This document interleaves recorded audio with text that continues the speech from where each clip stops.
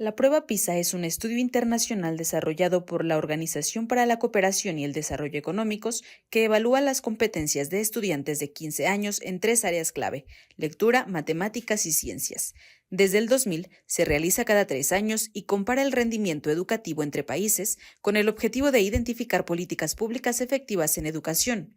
En diciembre de 2023 fueron publicados los resultados del examen PISA 2022, donde México se posicionó en el lugar 51 de 80 participantes. El gobierno del entonces presidente Andrés Manuel López Obrador fijó una postura ante dicha prueba y sus mediciones contra lo que calificó como modelo neoliberal de la educación. A partir de entonces, se cuestionó si México continuaría en la aplicación de la misma y a finales de 2024 confirmó su participación para 2025. Se ha dicho que los resultados serán magros una vez más. ¿Por qué es noticia que la prueba PISA volverá a aplicarse? Sabemos que históricamente México ha tenido los puntajes más bajos entre los países que participan en dicha prueba. ¿Cómo se puede revertir el rezago educativo y los resultados en la misma?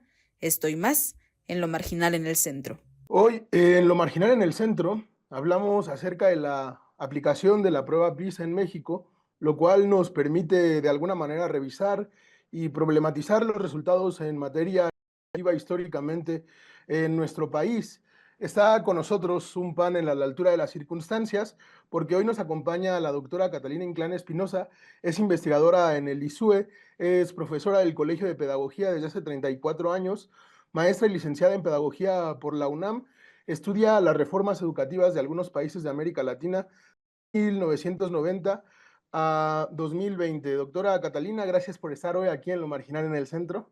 Gracias, un gusto estar con ustedes y con queridos colegas. Desde luego el gusto es nuestro.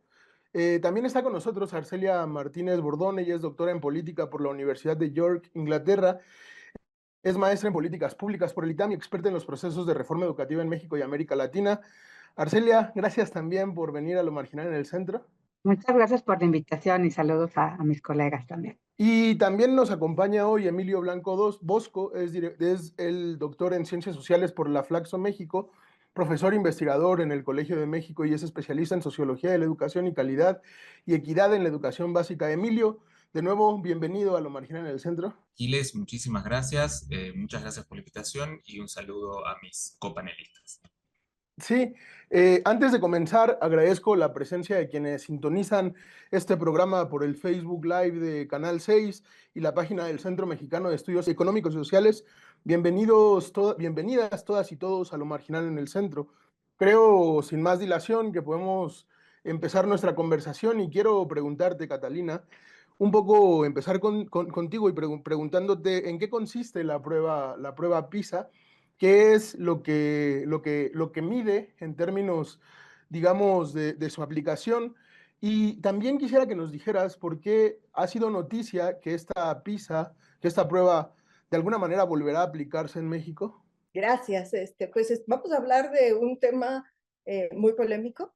Es un tema que a todos nos genera la posibilidad de discusión porque hemos construido, y yo creo que eso es lo interesante de la prueba PISA, el que desde los últimos 25 años, cada uno desde diferente forma, y además nosotros somos aquí un botón de muestra de muchas otras discusiones que se han dado de un instrumento que fue diseñado y aplicado por primera vez en el año 2000 a nivel global para comparar el nivel educativo de los países que pertenecen a la OCDE. En ese momento, países que pertenecían a la OCDE, se han agregado otros más en ese transcurso, muy pocos. En ese momento es una prueba que se diseñó y se pensó para hacer esta comparativa de un pequeño grupo en ese momento y después y quizás también un tema de discusión, un referente comparativo de cómo están los sistemas educativos de los países y las regiones que han convocado a esto. Es una prueba a gran escala, es una prueba censal, es decir, que toma una muestra del sistema educativo de cada país en función de las características de ese sistema. Es decir, la muestra no tiene la misma magnitud en cada país porque cada país tiene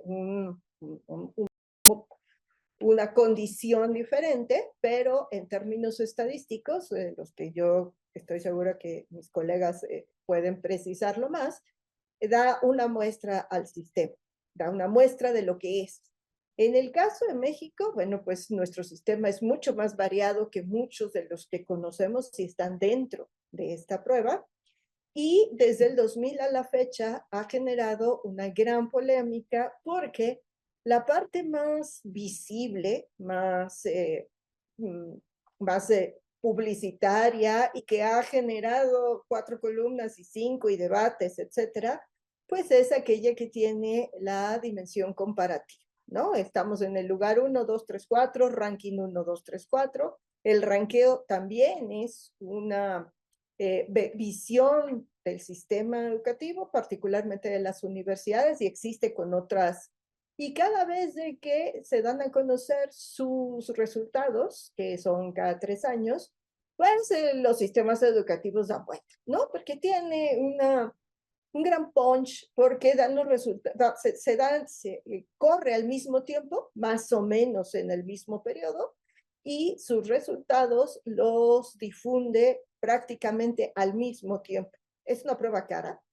Ya hemos hablado en muchos momentos de lo que cuesta, pero está compuesta por un instrumento que es aplicado a los estudiantes, es aplicada a jóvenes de 15 años, casi siempre en el caso de México, no puedo precisar con mucha claridad en otros lugares de la región, que es lo que más me sé, cae en estudiantes que están en educación media, media superior en nuestro caso, casi siempre caen ahí, no necesariamente en secundaria, aunque seguramente en algún momento de la aplicación cayeron en secundaria las muestras, pero casi siempre está en los primeros grados de secundaria. Estos jóvenes no son elegidos como personas, sino sus escuelas son elegidas. Son las escuelas las que son elegidas. Ahí las escuelas organizan y seleccionan a un grupo de estudiantes, 35 más o menos de cada escuela, lo que hemos podido percibir, que son los que responden este instrumento. No tienen hasta hace muy poco tiempo, pero realmente muy poco tiempo, una intencionalidad específica. O sea, tú tomabas al joven y lo ponías enfrente de la pantalla y le decías, pues órale, aviéntate esto. Quizás en algún momento alguien les explicó qué estaban haciendo, quizás nadie les explicó. En los últimos años hemos visto, en el caso de América Latina específicamente, una suerte como de preparación de PISA. Eso no es casual, porque el instituto también, además de una prueba que intenta medir la capacidad de este joven para interactuar, según lo dice estos instrumentos, en el mundo académico y en el mundo laboral, porque estamos hablando de 15 años. ¿Por qué 15 años? Porque son más o menos la edad en que muchos de los jóvenes continúan en la vida académica o se separan de la vida académica y se incorporan a las fuentes de trabajo, al mundo laboral. Muy distinto, pero por eso se dice 15 años. Cada 3 años también se aplica. Esto es quizás una de sus complicaciones, porque 3 años es muy poco para hacer algo. O sea, llega un resultado y en 3 años tienes para tomar acciones. Nosotros sabemos que nuestros sistemas educativos, el nuestro, que es tan complicado, no toma decisiones cada 3 años, los toma cada 6 años. Entonces, es difícil emparejar los resultados a lo que sucede en cada sistema. Hay algunos cuestionarios agregados en la prueba. Estos cuestionarios están vinculados con la escuela, con la dirección, con la gestión, porque indagan otros elementos que son factores contextuales que pueden después en los resultados y que ojalá y podamos hablar de ellos también. En ese sentido, creo que hay algunos apuntes muy interesantes que se hacen y que los podemos comentar eventualmente. Sobre todo, creo que una de las críticas que más se le hacen a la prueba PISA es que los resultados de alguna manera pueden ser instrumentados por algunos sectores sociales, como el sector empresarial, que se fija mucho en los resultados de esta prueba. Sin embargo, creo que podemos hablar de esto que mencionaba doctora Catalina sobre la cuestión de la prueba PISA. Arcelia, quería hacerte una pregunta similar, un poco que nos expliques cuáles son las virtudes, por así decirlo, de la prueba PISA, qué es lo que evalúa, y también por qué es noticia que esta PISA se vuelve a aplicar, como si se hubiera dejado de aplicar durante algún tiempo en el sexenio anterior. Y muchas gracias, Aquiles. Bueno, es noticia porque de pronto hubo la duda de si se iba a aplicar, ¿no? No se ha dejado de aplicar, ¿no?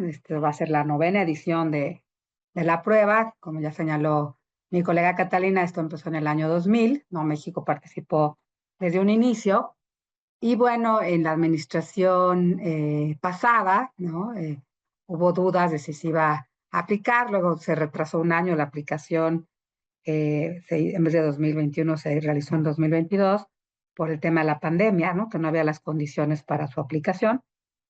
Y volvió a haber dudas a inicios de este sexenio de si se iba a aplicar o no, ¿no? Entonces, bueno, que ya se haya pronunciado el secretario de Educación diciendo que va a la prueba, que evidentemente sigue adelante, ¿no? La aplicación se prevé justo en estos meses de abril y mayo. Bueno, pues es noticia por aquello de las dudas, ¿no? De si iba a ocurrir o no, ¿no? ¿Qué evalúa o qué mide esta prueba? Ya mi colega Catalina dijo varias cosas, ¿no? Que no quisiera repetirlo, ¿no? Pero bueno, son 3 grandes campos, ¿no? Lectura, matemáticas y ciencias, ¿no? El objetivo de esta prueba, más que medir conocimientos ligados o específicos de un currículo, es una prueba internacional. Entonces lo que mide son ver cómo estos conocimientos en lectura, en matemáticas y en ciencias, ¿no? Se aplican a situaciones de la vida real, ¿no? O sea, evaluando así, pues, la eficacia de los sistemas educativos, ¿no? En preparar, pues, a los jóvenes, a las jóvenes en los desafíos que enfrentan en el mundo actual, ¿no? Es importante señalar, ¿no? Es una prueba que mide la eficacia del sistema educativo. Es una prueba y por eso puede ser polémica, ¿no? Porque evidentemente está en los rankings y en algunos momentos este tipo de pruebas podrían someterse a esta discusión que es mediática, pero que no nos lleva mucho a ningún lugar de si nos fue mejor, quedamos en el lugar 51 o en el lugar 53, ¿no? Ah, tiene relevancia en el sentido de que, bueno, nos ayuda a ver si vamos mejorando en el tiempo nuestros resultados, ¿no? Pero lo más importante no es ese ranking, por supuesto, ¿no? O sea, lo que queremos ver es que los estudiantes que llegan a los 15 años, ¿no? Tienen estas habilidades, nuestras herramientas para interactuar con la sociedad, ¿no? Y resolver cosas, ¿no? Entonces, en lectura se evalúa la capacidad de los estudiantes para comprender, utilizar y reflexionar sobre textos escritos, ¿no? Desarrollar su conocimiento, participar en la sociedad. En matemáticas, pues la habilidad de formular, emplear e interpretar las matemáticas en la variedad de contextos, ¿no? Razonar matemáticamente, utilizar estos conceptos, procedimientos, ¿no? Herramientas. Y en ciencias, la capacidad de los estudiantes para examinar fenómenos científicamente, ¿no? O sea, evaluar y diseñar investigaciones científicas, aunque suena muy avanzado esto, ¿no? Interpretar datos y evidencia científicamente, ¿no? Cada ciclo de PISA se enfoca en una de estas áreas como un dominio principal, ¿no? O sea, siempre se evalúan los 3 campos, pero cada aplicación tiene un dominio principal. Y, eh, y además, bueno, en cada ciclo se introducen como áreas innovadoras, ¿no? En 2022 fue muy interesante porque se evaluó el pensamiento creativo, ¿no? Eh, pues básicamente, ¿no? Es lo que mide esta prueba. ¿Por qué es noticia? Pues ya decía, ¿no? Porque hubo incertidumbre sobre la participación de México en, en, en la edición de PISA, no solo en esta, sino en la edición pasada, ¿no? En la que se aplicó finalmente en 2022. Y sí ha habido cuestionamientos sobre la utilidad de la prueba, ¿no? Por parte, pues, de distintos actores, ¿no? Que hay un poco una mala fama de la evaluación, ¿no? Evidentemente tiene limitaciones, tiene acotaciones, ¿no? Eh, en principio sería deseable que a partir de los resultados de PISA se puedan elaborar, ¿no? Diseñar políticas públicas, que haya una toma de decisiones más informada a partir de estos resultados, ¿no? En principio puede incidir, ¿no? Puede informar la política, pero el uso no es de manera directa, ¿no? Y en las escuelas mucho menos, ¿no? Esto es como a nivel sistema. Pues es lo que tendría que contestar de lo que me planteaste, Aquiles. Muchas gracias. Sí, muchas gracias. Creo que ha sido bastante interesante, sobre todo esta última parte, el cuestionamiento de la utilidad de la prueba, que creo que también, por ejemplo, durante el sexenio de Andrés Manuel López Obrador, frecuentemente se tildó de un instrumento neoliberal que no evaluaba verdaderamente, digamos, el aprendizaje dentro de la escuela. Y creo que en ese sentido, Emilio, quería preguntarte algo similar en el sentido en cómo ha salido evaluado México en la prueba PISA, cuáles son las causas este, de este mal que es el último lugarismo de México en muchos de los rubros, y cuáles son estas causas de México en la evaluación de la prueba PISA. Muchas gracias, Aquiles. Quería hacer algunas aclaraciones a título personal. La primera, quería meter una ligera discrepancia con Arcelia, que en mi opinión, y esto es mi opinión, capaz que yo creo que PISA no evalúa los sistemas educativos ni evalúa la eficacia de los sistemas educativos. Mi opinión, yo lo que digo siempre es que PISA no evalúa sistemas educativos, evalúa sociedades. ¿Por qué? Porque el resultado de lo que uno ve, que son los aprendizajes efectivamente de los chicos, y con todos los asegúnes que dijo Catalina también, de qué es el aprendizaje, cómo lo medimos y tal, que eso se podría discutir después, pero eso que se observa, que es una construcción, es el resultado de muchos procesos. Lo que pasa dentro de los sistemas educativos, adentro de las aulas, y también lo que pasa afuera. Lo que pasa en las casas, en los hogares, si hay bibliotecas cerca, si los padres conversan o no, etcétera, etcétera, etcétera. Entonces, y como no está separado qué parte pone el sistema educativo y qué parte pone la sociedad, yo lo que digo es que en realidad lo que está evaluando es cómo se desempeña una sociedad para formar en ciertas habilidades específicas a sus alumnos. Esa sería la primera aclaración. La segunda, que más que una aclaración, es una coincidencia con lo que dijeron tanto Catalina como Marcelia, es que quizá lo que más conocemos de PISA, que es este ranking de resultados donde México, entre comillas, sale último, que tampoco es cierto, porque México sale último entre los países de la OCDE, pero no entre los 80 países que se han sumado a la última participación, que no son países OCDE, que son países de desarrollo medio y algunos de desarrollo bajo, y ahí México no sale en los últimos lugares. Lo que pasa es que si nos comparamos con países muy desarrollados, que tienen una gran capacidad de inversión en el sistema educativo y con familias con cierto nivel económico y con capital cultural, pues es lógico, ¿no?, que México salga en esos lugares. Pero en realidad México no sale en los últimos lugares mundiales, sale en los últimos lugares de la OCDE, donde también están los últimos lugares de muchas otras cosas, ¿no? PIB per cápita, o en los últimos, sí, PIB per cápita, inversión en educación. Entonces, mucho cuidado con los rankings, porque de todo lo que es PISA, que es mucho, es quizá lo peor que tiene, que es la forma de difusión y sobre todo la forma de recepción de periodistas, empresarios, think tanks, partes interesadas en cómo se difunden estos resultados. Entonces yo creo que cuanto más rápido salgamos de esas debates estériles de, qué mal que nos fue, ganamos, perdimos, como si fuera una competencia, y que nos tenemos que comparar con Finlandia o con Ruanda, ¿no?, por decir dos países que participan, cuanto antes nos salgamos de eso, mejor.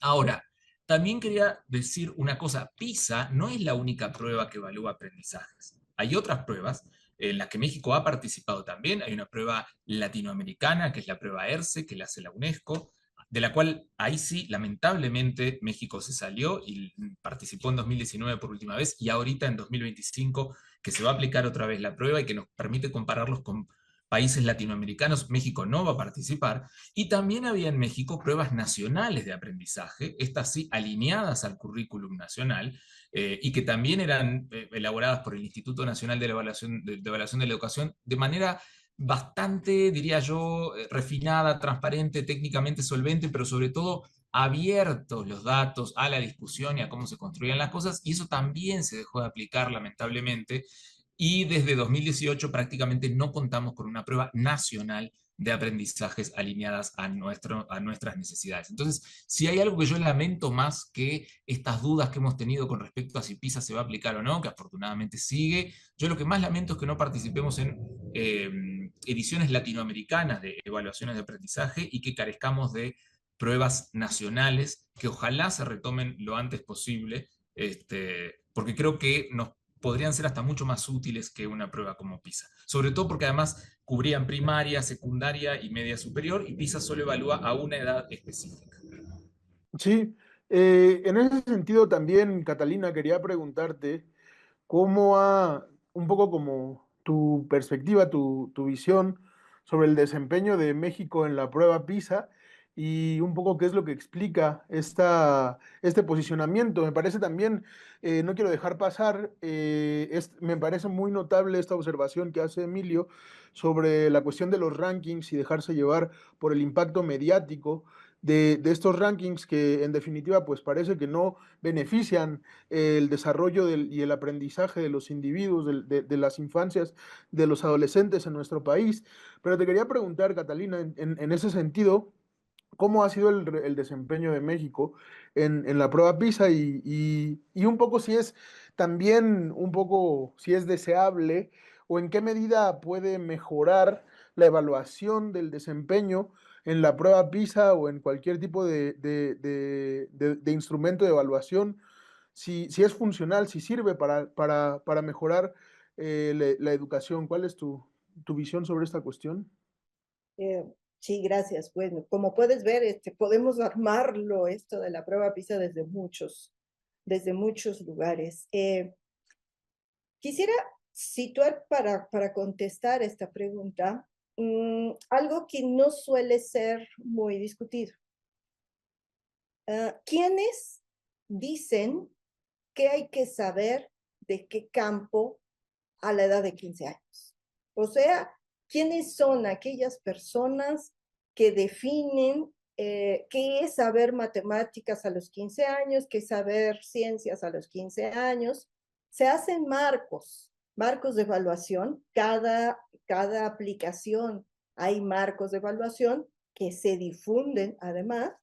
Creo que hay que decir también que se difunden los resultados, las bases de datos de los resultados, y que quizás una tradición muy poco construida en investigación y también desde políticas, pues deja pasar esas bases de datos. O sea, no es algo que cualquiera de nosotros pueda hacer y solo lo puede hacer alguien que sabe mover estos sistemas, ¿no? Y ya después uno con alguien junto puede ir interpretando, pero las bases de datos se liberan cada vez de que la prueba se da a conocer.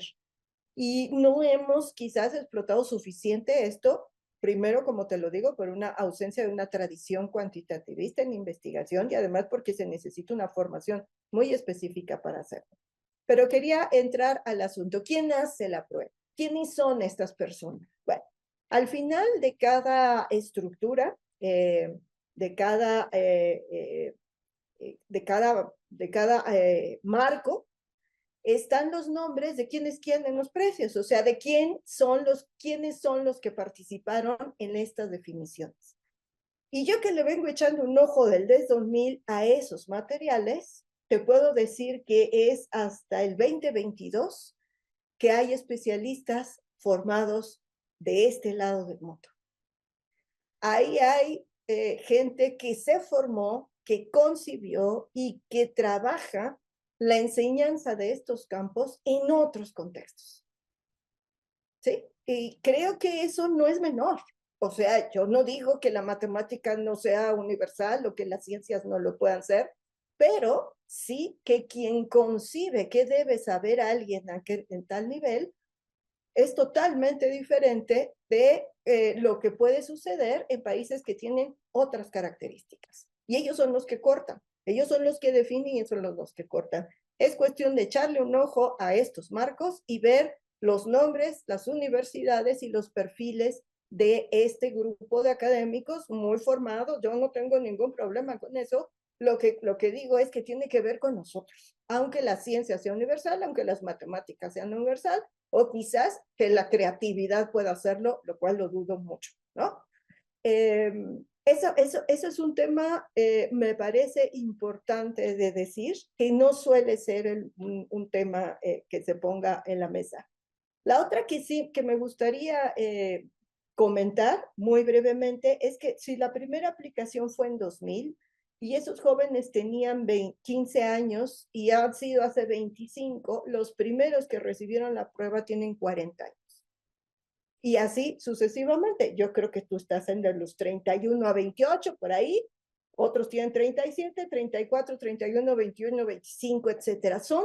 Es el grupo de edad joven, o jóvenes, todavía jóvenes, que formaron ya no están, puede ser que ya no estén en la escuela, casi seguro que ya no estén en la institución escolar, ya formaron familia, ya formaron patrimonio, ya están chambeando en algo en el que transitaron o no profesionalmente y están incorporados a las decisiones del mundo y su país.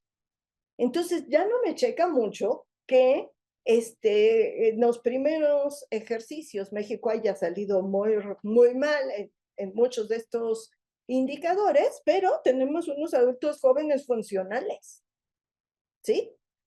Por eso me parece interesante lo que aporta Emilio, porque entonces hay otros elementos que hacen que estas personas puedan interactuar con su entorno, imaginar un futuro que no pasa solo por la escuela, que pasa por el sistema, que pasa por las economías, que pasan por los proyectos, que pasan por las condiciones.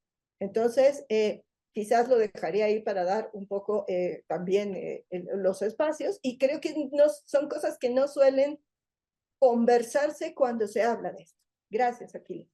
No, gracias a ti, Catalina. Creo que se ha sido, de alguna manera, se ha puesto el dedo en el renglón en un aspecto que sí me parece que no se habla mucho cuando se habla sobre la prueba PISA, que creo que se ha comentado en este panel mucho, que en realidad únicamente sale a la luz o es noticia en los rankings en los que salen los distintos países. Y en ese sentido también, de alguna manera, quería preguntarte, Arcelia, porque históricamente ya con los matices que Emilio ha puesto, México ha tenido los puntajes más bajos entre los países de la OCDE en la prueba PISA. Y te quería preguntar si es posible de alguna manera paliar el rezago educativo en México y si la prueba PISA sirve como una medida para evitar el rezago educativo en nuestro país, que si puede tener incidencias o políticas públicas destinadas pues a mejorar la cuestión de la educación en nuestro país, o cómo lo ves tú. Sí, muchas gracias, Aquiles. Pues no, la prueba por si no puede cambiar ni, ¿no? Los resultados, ¿no? La prueba es una prueba, o sea, te mide justamente estas habilidades, estos conocimientos acumulados, que los jóvenes, las jóvenes se puedan eh, desarrollar en distintos contextos, ¿no? A partir de este cúmulo que le ha dado el sistema educativo y, como decía Emilio, la familia, el contexto, ¿no? O sea, yo sí sigo pensando que te permite medir de alguna manera la eficacia del sistema, porque el sistema está compuesto pues, por familias, por docentes, por instituciones, no por prácticas, ¿no? Eh, ¿Cómo cambiar esto? Bueno, pues eso no puede cambiar en el corto plazo, ¿no? O sea, se necesita mucha voluntad política, se requiere una articulación de distintas intervenciones de política pública, ¿no? Eh, pues justo, ¿no? Que estén orientadas hacia la mejora de aprendizajes en lectura, en matemáticas, se necesitan políticas específicas, ¿no? O sea, no va a cambiar por arte de magia, no son milagros, ¿no? Eh, Siempre hablo como de esta crónica de una muerte anunciada, ¿no? Y ahí viene PISA otra vez, justo acabo de escribir algo sobre eso, ¿no? Este, no vamos a tener resultados distintos mientras no haya una orientación, ¿no? Una orientación política al respecto, ¿no? Para conjuntar distintos elementos y mejorar, ¿no? O sea, la política educativa ha estado enfocada en la mejora, por ejemplo, de los espacios de la infraestructura. Bueno, ese es un punto importante, ¿no? En países como el nuestro, la infraestructura sí importa y sí tiene un factor de una relación con los aprendizajes, ¿no? Eh, pero hay otras cosas que son importantes, ¿no? Muy importantes como son las condiciones en las que operan las escuelas, ¿no? Los tiempos de enseñanza-aprendizaje, la formación de los docentes, el cuidado de las interacciones entre profesores y estudiantes, entre estudiantes también, lo que le llamamos el clima del aula y el clima escolar, ¿no? Ahora se ha puesto mucha relevancia y eso sucedió desde antes, pero con más fuerza a partir de la pandemia, ¿no? El aspecto socioemocional, que cómo influyen los aprendizajes, ¿no? Y eso, bueno, pues desde la escuela, desde el espacio también familiar, ¿no?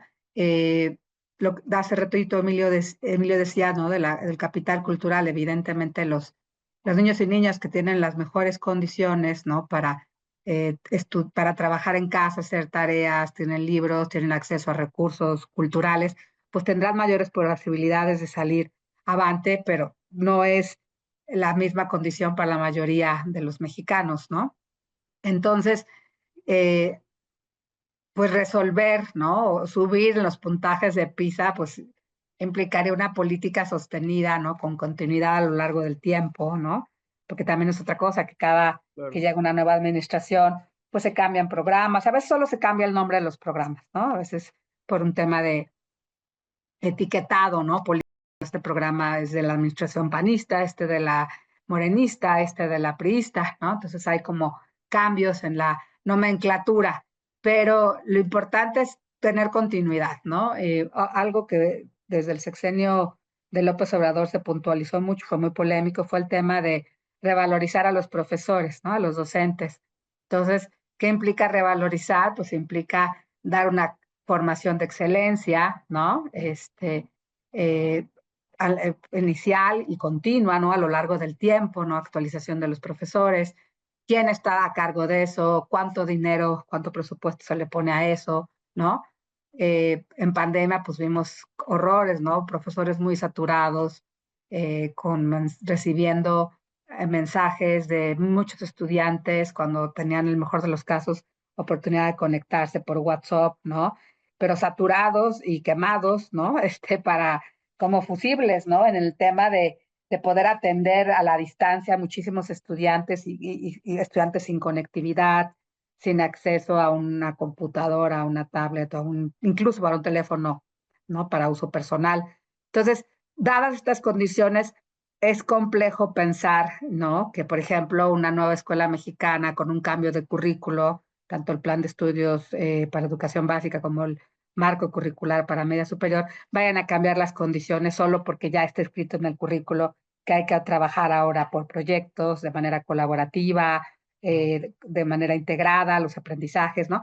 Entonces, tienen que suceder una serie de cosas al mismo tiempo, ¿no? Entonces, tiene que ver como una política articulada. Entonces, solo así podremos ver, articulada y sostenida en el tiempo.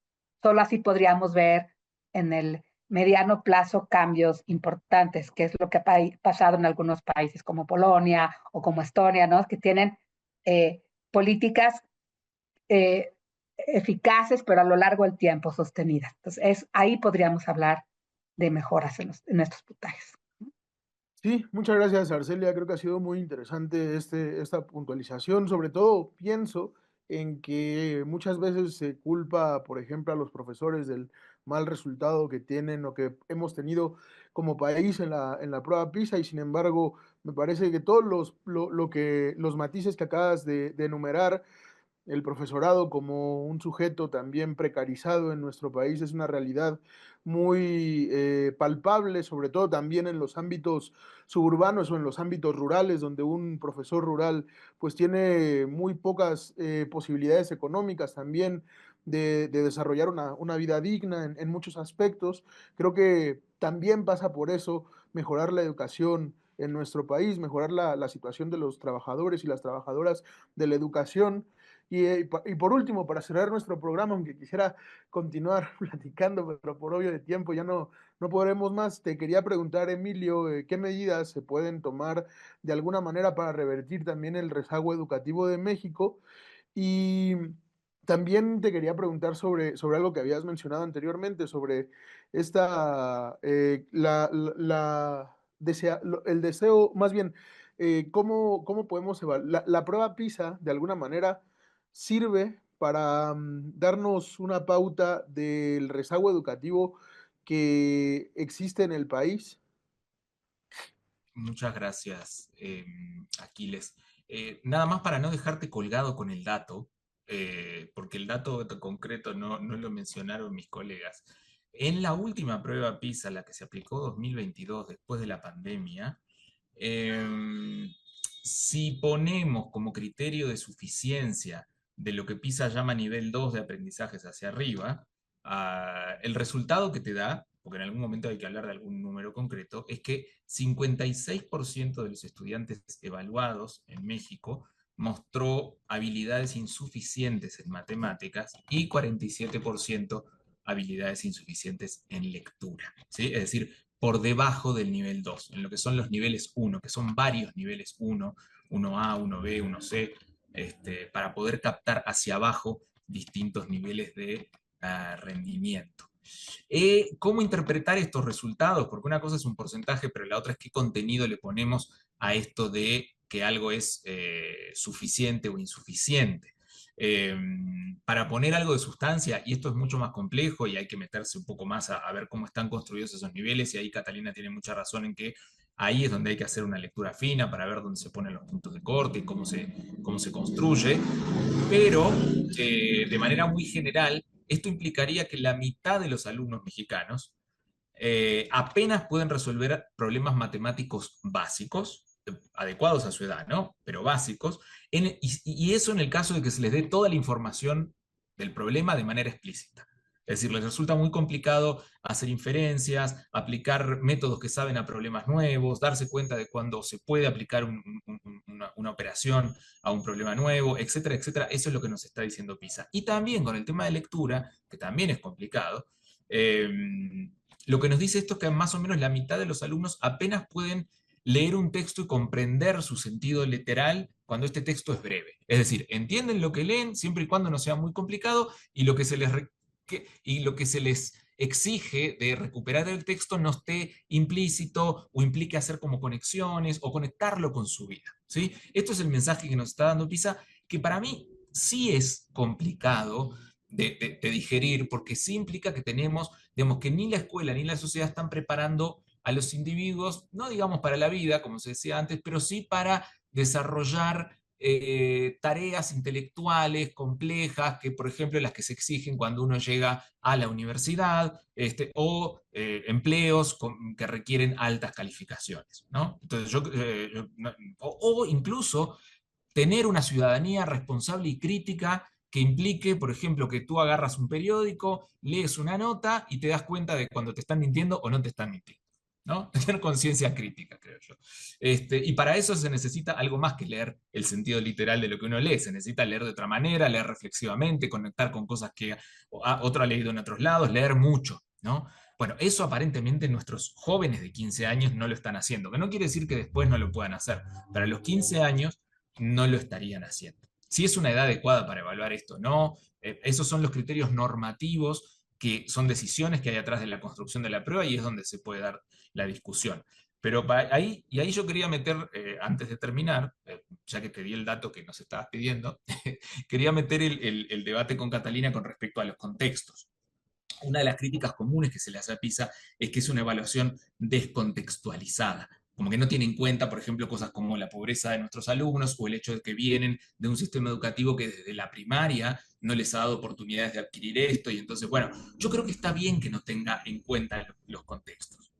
A ver, voy a decir dos cosas. Uno, no es del todo cierto que no los tenga en cuenta. Si uno se queda con el ranking, pues claro que no los tiene en cuenta. Pero PISA no es solamente el ranking. PISA a uno le permite decir, a ver, este es el resultado que se obtuvo, pero también te permite poner eso en relación con un montón de otras variables, de otros constructos, y contextualizar uno en un trabajo de investigación que lo tiene que hacer uno, o lo tiene que hacer con una lectura pues cuidada de los resultados, diciendo, pero miren, si trazamos una línea una línea que une el PIB per cápita el grado de inversión por alumno en el país, nos vamos a dar cuenta que en realidad estos resultados, si los contextualizamos, los vamos a entender mejor. Y México en parte obtiene estos resultados porque invierte muy poco en educación por alumno y porque tiene alumnos muchos en situación de pobreza, ¿no? Aunque también hay unos asegúnes ahí, porque si comparamos a los alumnos del 20% más rico de México con los alumnos del 20% más pobre de Vietnam, por ejemplo, o de Turquía, les va más o menos igual. Es decir, ni siquiera nuestros alumnos más ricos logran buenos aprendizajes. Entonces también hay un problema del sistema educativo, por lo menos un indicio de que algo está pasando ahí, porque no todo es buen nivel económico de vida e inversión en las escuelas, ¿no? Entonces hay muchas cosas para debatir, pero yo creo que la contextualización es una cosa que viene después de que te presenten los resultados en bruto y decir, bueno, así están tus alumnos. Que yo creo también que, digamos, y ya que Catalina propuso información o validación como posterior de la prueba anecdótica, en el sentido de decir, bueno, esta generación, a pesar de tener bajos resultados, resultó ser alumnos funcionales, absolutamente. O sea, que te vaya mal en PISA no quiere decir que estés condenado a una vida infernal. Pero también es cierto que, digamos, si uno ve indicadores de pobreza en México, sin hacer de esto responsable la educación, pero pobreza en México, subempleo, precarización, inserción de las mujeres en la vida laboral, en todo estamos más o menos, ¿no? Solo 45% de las mujeres ingresan al mercado laboral, solo 35% de los chicos logran acceder a la universidad, y si vamos a poner información anecdótica, también no llegan demasiado bien. Muchos de verdad no llegan sabiendo resolver problemas matemáticos básicos o incluso escribir. Entonces, yo creo que sí tenemos, o sea, y lo que creo es, y le doy la razón a Catalina en que los constructos de PISA son bastante cuestionables y que de verdad tenemos que meternos a ver cómo se hacen y participar más como países latinoamericanos en su construcción. Pero ahí también tengo dos cosas para decir. Una es que cuando se han hecho pruebas nacionales en México, por expertos nacionales, con la participación de pedagogos, maestros y también técnicos que no tienen esas habilidades, pero tienen otras, los resultados son más o menos los mismos. O sea, se pone un punto de corte que dice, bueno, acá está el suficiente, insuficiente, y nos va más o menos igual que en PISA. 40, con suerte 35% de alumnos en niveles insuficientes, pero llega hasta 50 también en algunas mediciones. Entonces, hay una convergencia en los indicadores independientemente de las pruebas que se usen. Y lo otro que tenía para decir es que, de nuevo, dándole una parte de razón a Catalina en esta cuestión de es un constructo y no son todos los aprendizajes y hay una selección de reactivos y tal, y también discutiendo con Arcelia de, yo creo que no hay que pensar en subir los resultados de PISA, lo que hay que subir son los aprendizajes, ¿no? Pero creo que si un día, por alguna casualidad, lográramos subir sustancialmente los aprendizajes de los alumnos mexicanos, sí se reflejaría en la prueba PISA. Como creo que se reflejó después de la pandemia una caída importante en los resultados de la prueba PISA. Como todos esperábamos. Yo tengo algún colega que en algún momento dijo, quizá no pase nada, y no, maestro. Con 1 año y medio de cierre de escuelas, si la escuela sirve para algo, pues teníamos que observar una caída y fue lo que se observó. Y en México, curiosamente, no fue de los países que más cayeron. Y de manera interesante, algunos de los países que más cayeron son países que estaban bastante arriba en los rankings iniciales. Finlandia, Alemania, Holanda, cayeron más que México. No voy a dar mi hipótesis de por qué es así, nada más lo voy a dejar ahí porque me parece que es una pregunta súper interesante de por qué México, al faltarle 1 año de educación, no cayó tanto como otros países que de repente hasta tuvieron las escuelas cerradas durante menos tiempo. Muchísimas gracias por la invitación. Creo que estos últimos apuntes en general nos han abierto de alguna manera esa perspectiva de la cuestión de la prueba PISA como una forma de evaluación de la educación en México, y creo que la tarea de alguna manera pues es no tanto mejorar el ranking de México, sino las habilidades y la educación de los mexicanos y de las mexicanas para que pues eventualmente esto funcione, ¿no? Agradezco mucho la presencia de Catalina, de Arcelia y de Emilio. Ojalá en otros momentos podamos continuar esta conversación con otras preguntas, con otros análisis.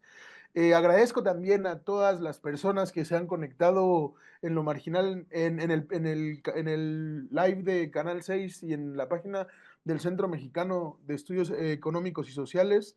Nos vemos en próximas emisiones de Lo Marginal en el Centro.